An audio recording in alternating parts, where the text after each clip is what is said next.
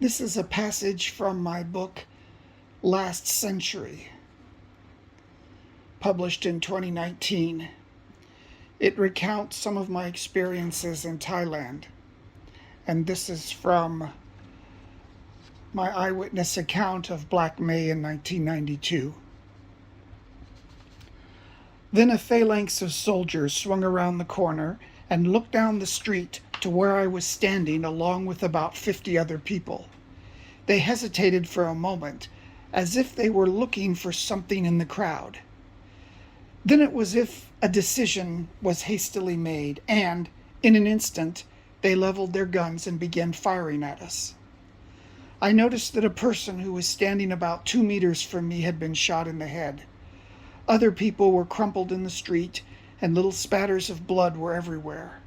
The wounded were beginning to be dragged away. Sobbing people surrounded me and told me how sorry they were. I pushed away from them to see a foreigner fatally shot and lying on the ground. By now my hands were shaking uncontrollably.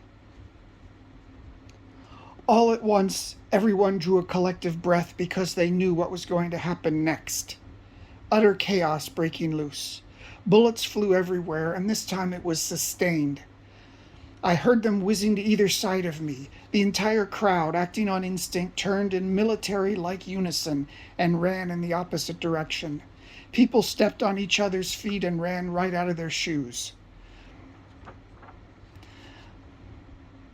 I did not know if the people who fell around me were shot or just tripped, but no one looked back. Cement shards blew off the buildings and bullets impacted the streets in front of me as I ran. The terrifying sounds of the shooting were probably amplified by the way the street was lined, typical Bangkok fashion, with cement walls and buildings.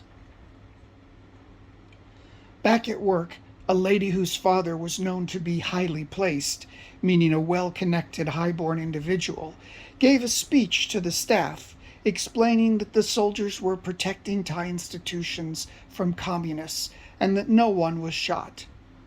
The other staff members were highly critical of her and, in an unusual move for Thais, openly challenged her claims.